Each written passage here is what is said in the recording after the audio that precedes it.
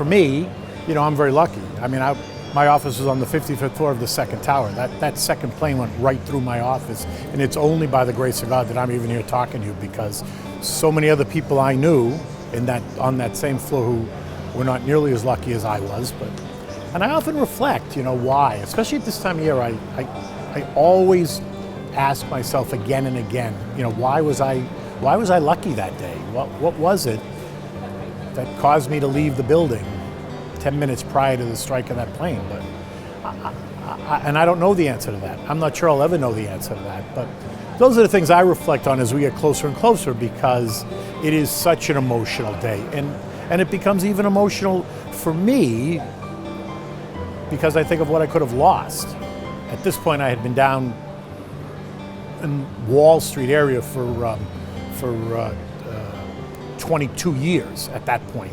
And there were people that I knew in the offices, certainly, that worked on the same floor, that worked with me, didn't work with me in other offices. There were people that I would see every morning at the coffee cart, or I would see at the deli for lunch, that you knew just kind of worked in the same area, worked in the building. You'd see them every day, so you became that.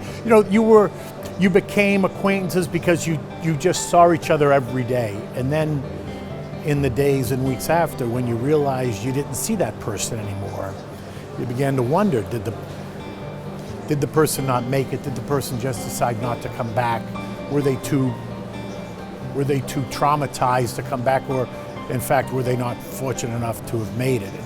And you always wonder those questions, right? For people that,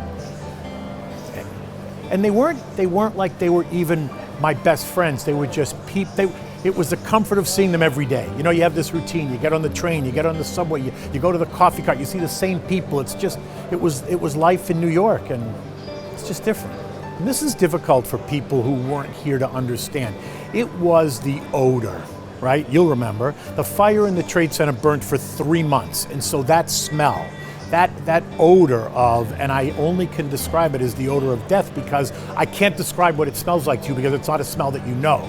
Right? Anyone who wasn't here, you couldn't describe to them, because I only describe it as a smell of death, really, because what else was it? And so it was that constant odor. You get out of the subway, you went out of the building, you walked down the street. Depending on which way the wind was blowing, it either blew over Lower Manhattan and it permeated the air, or it blew out over the Hudson more towards Jersey. And those were the days where you got a sense of relief because you didn't smell it.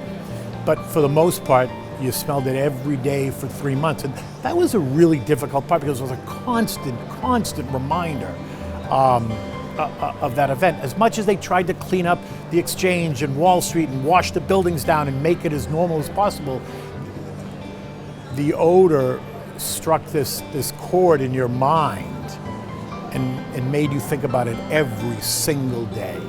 And so that was really difficult for a lot of months. There has absolutely been a rebirth in Lower Manhattan, and that whole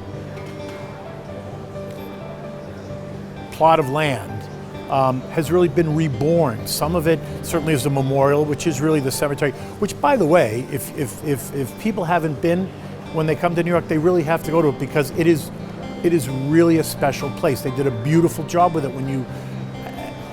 And that, I don't mean that to sound weird, but it is peaceful there now. And there is a sense of peace. It is a cemetery, but it's peaceful now. And the other new buildings that they've now constructed around it, the new Freedom Tower is a spectacular building. It's just beautiful in its stature. The buildings that they've built around it, the way they've redeveloped it, it is in fact a rebirth. So in that sense, it doesn't feel to me anymore like the skyline is empty. It did for a lot of years. But now when I walk outside and I see the towering dominance of the new Freedom Tower and what it looks like, the way it's positioned at night, the way they light it up, it just gives me this sense of renewal, really.